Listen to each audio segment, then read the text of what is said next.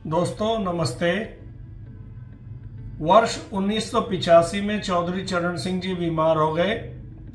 Party के सारे नेता जितने थे बड़े नेता, उन्होंने इकट्ठा होकर कांग्रेस की ही तर्ज पर अजित सिंह को आगे कर राजनीति करने का निर्णय किया और अजित सिंह को राज्यसभा में भेज दिया। किंतु अजित सिंह की स्पीड कुछ बहुत ही ज्यादा थी।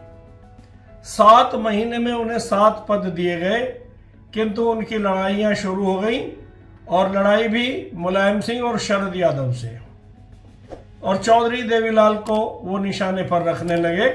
चौधरी देवीलाल जो उन दिनों बहुत जोर शोर से हरियाणा में अपनी पार्टी के जोर शोर से प्रचार में लगे थे, और उन्होंने एक पद यात्रा आयोजित की थी जिसमें किसानों की कर्ज माफी और बुढ़ापा पेंशन देने का निर्णय और पानी की समस्या के बारे में, जो पंजाब से पानी का बंटवारा है, उस विषय को लेकर उन्होंने पूरे हरियाणा को मत डाला था।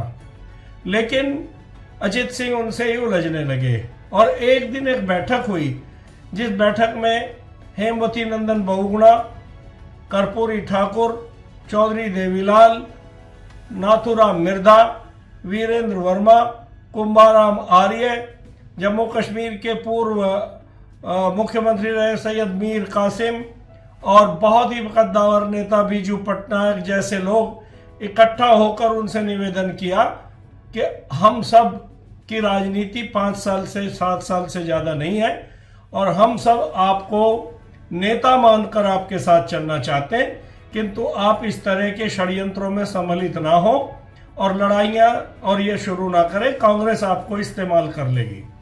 लेकिन वो कहाँ मानने वाले थे। उन्होंने पार्टी तोड़ दी और लोकदल 2 हो गए, लोकदल ए और लोकदल बे। उसमें बहुत बड़ा रोल था हरियाणा के चुनाव का। चौधरी साहब बीमार हो गए और उस समय इन्होंने, चौधरी अजित सिंह ने हरियाणा में हर एक पार्टी पर चौधरी देवीलाल के विरुद्ध कांग्रेस को लाभ पहुंचाने के लिए प्रत्याशी खड़े कर दिए। चौधरी साहब की मृत्यु जब हुई तो उनके शव के पास उन्होंने ले जाकर एक और उनकी बहन सरोज वर्मा ने समझदारी दिखाई और उन्हें ये एहसास हो गया कि हरियाणा में हम सब अगर लड़े तो ये पार्टी बिखर जाएगी। और सरोज ने पार्टी के कुछ नेताओं से आग्रह किया कि वो अजित सिंह से बात करें कि वो अपने सारे प्रत्याशी ये कहकर के चौधरी साहब नहीं रहे, मैं वापस लेता हूँ और कांग्रेस को हराने के लिए मैं वापस लेता हूं, तो वो हरियाणा में भी उनकी लोकप्रियता पुनः बढ़ेगी और देवीलाल के और उनके मतभेद दूर हो जाएंगे। किंतु अजित सिंह के ऊपर चौधरी देवीलाल ने सीधा आरोप लगाया था कि इन्होंने 2 करोड़ रुपया लेकर ये सब किया है। उसके सबूत थे उनके पास, जो वो नाम लेकर सभाओं में गिनवाया करते थे। और हालत ये हुई कि अजित सिंह नाराज होने लगे जो उन्हें यह सुझाव देता, और उसके बाद जो चुनाव हुआ उसमें माता गायत्री देवी धर्मपत्नी चौधरी चरण सिंह, जो रोहतक के जिले की ही निवासी थी, वो लोकसभा का उपचुनाव भी विधानसभाओं के साथ हुआ था, उसमें बुरी तरह से हार गई और एक भी सीट अजित सिंह को नहीं मिली। और चौधरी देवीलाल ने कुल 5 सीटों पर कांग्रेस को जीतने दिया। बाकी सब हो गई और चौधरी देवीलाल कहा करते थे कि 4 अर्थी ले जाने वाले और एक चौधरी भजनलाल की पत्नी पीछे रोने वाली, 5 लोगों को मैंने हरियाणा में कांग्रेस को सीटें दी हैं। खैर, जनता दल बनने की मुहिम शुरू हुई और सारे नेता चौधरी देवीलाल जी से जाकर मिले और अजित सिंह को गले लगाने के लिए कहा। वो व्यक्ति ऐसे थे, उन्होंने अपना बड़प्पन दिखाया और अजित सिंह को अपनाया और दोबारा पूरे भारत का मुख्य महासचिव बना दिया। लेकिन जब महम कांड हुआ तो चौधरी देवीलाल के ऊपर हमला करके उन्हें जनता दल से निकलवाने में, ओम प्रकाश चौटाला को पद मुक्त कराने में सबसे बड़ा रोल चौधरी अजित सिंह का ही रहा। इस तरह जनता दल टूट गया। वीपी सिंह की सरकार में वो उद्योग मंत्री थे, तो स्वयं भी वो सरकार उनकी जो थी वो चली गई। तो चौधरी अजित सिंह जहाँ रहे वहाँ उनका इतिहास कुछ कुछ ऐसा ही रहा। सरकार केंद्र में जनता दल की चली गई, चुनाव हुए और उसके बाद नरसिम्हा राव की अल्पमत सरकार बन गई, जिसके लिए जरूरत थी बाहर से समर्थन जुटाने की।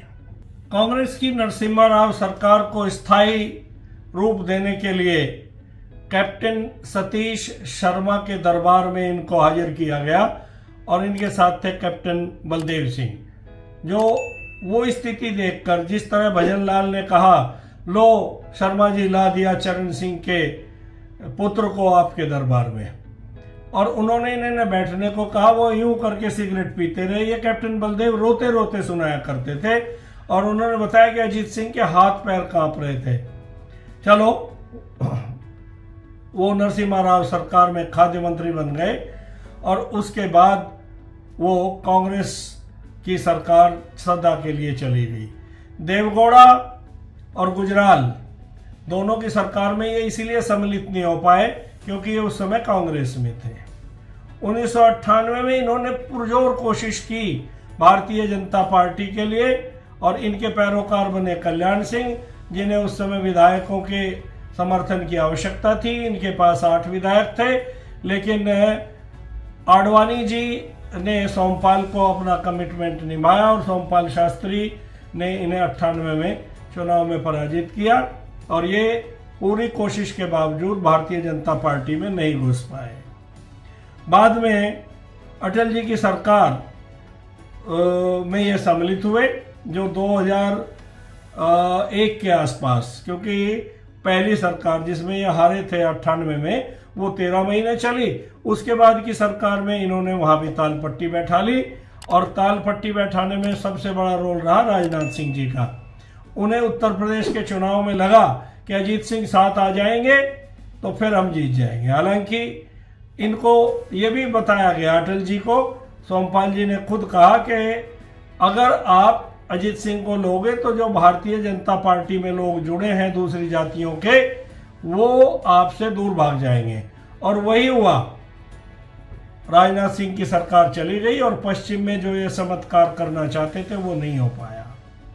अब उसके बाद सरकार इनकी राजनाथ जी की नहीं बनी और ये आ गए दिल्ली, और दिल्ली आते ही इन्होंने फिर कृषि मंत्री का वो पद जो इन्होंने चौधरी अजीत सिंह को दिलाया था वो वापस लेकर ये कृषि मंत्री बन गए और चौधरी अजीत सिंह को भारतीय जनता पार्टी से फिर अलग होना पड़ा। अब उसके बाद आया 2009 का चुनाव, तो उसमें ये पुनः भारतीय जनता पार्टी में इन्होंने अरुण जेटली जी को संपर्क किया और कहा कि एनडीए के कुनबे में मैं शामिल होना चाहता हूं, और उन्होंने इनको शामिल कर लिया। और फिर पश्चिम में इनके तो फायदे का हो गया कि 5 सीटें चली गई इनको, यानी लोकदल को, और बाकी भारतीय जनता पार्टी का सुपड़ा सा ही साफ हो गया। अब भारतीय जनता पार्टी को कोई लाभ नहीं लिया, क्योंकि भारतीय जनता पार्टी का वोटर जो है वो कभी भी लोकदल के साथ अपने आप को कंफर्टेबल महसूस नहीं करता। अब आप उसके बाद के जो भी चुनाव हुए, इन्होंने मायावती जी से भी प्रयास किया था, लेकिन उन्होंने निभाव नहीं दिया और मायावती से मिलने नीली टी शर्ट पहनकर भी गए थे।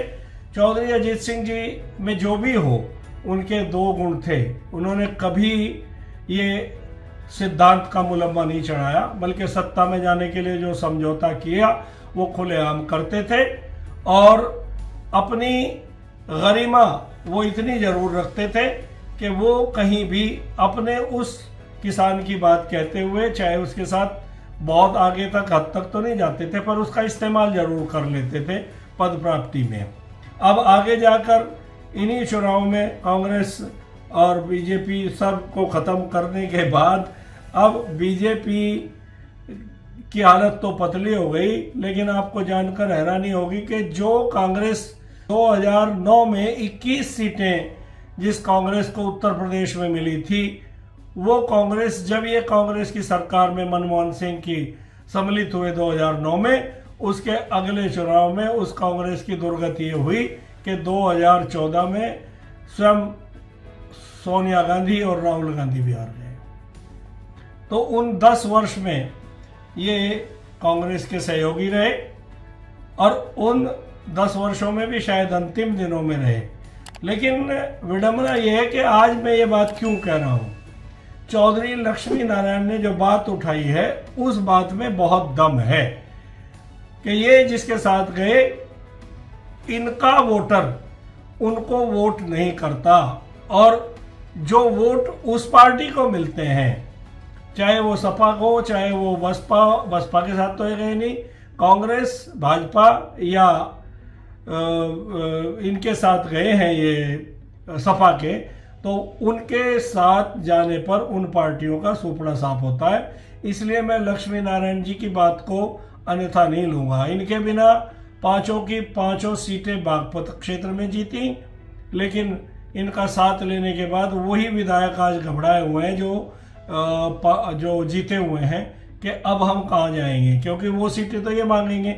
और चौधरी लक्ष्मी नारायण कोई छोटा नेता नहीं है। कई लोग कह रहे हैं उन्हें हैसियत बता दो, वो हैसियत बताने लायक नेता नहीं है। वो जाटों में सबसे ज़्यादा सोच समझकर नाप तोल कर बोलने वाला व्यक्ति है। अगर उसने कुछ बात कही है तो बहुत बड़े उसके अर्थ हैं, उन्हें समझना होगा। धन्यवाद।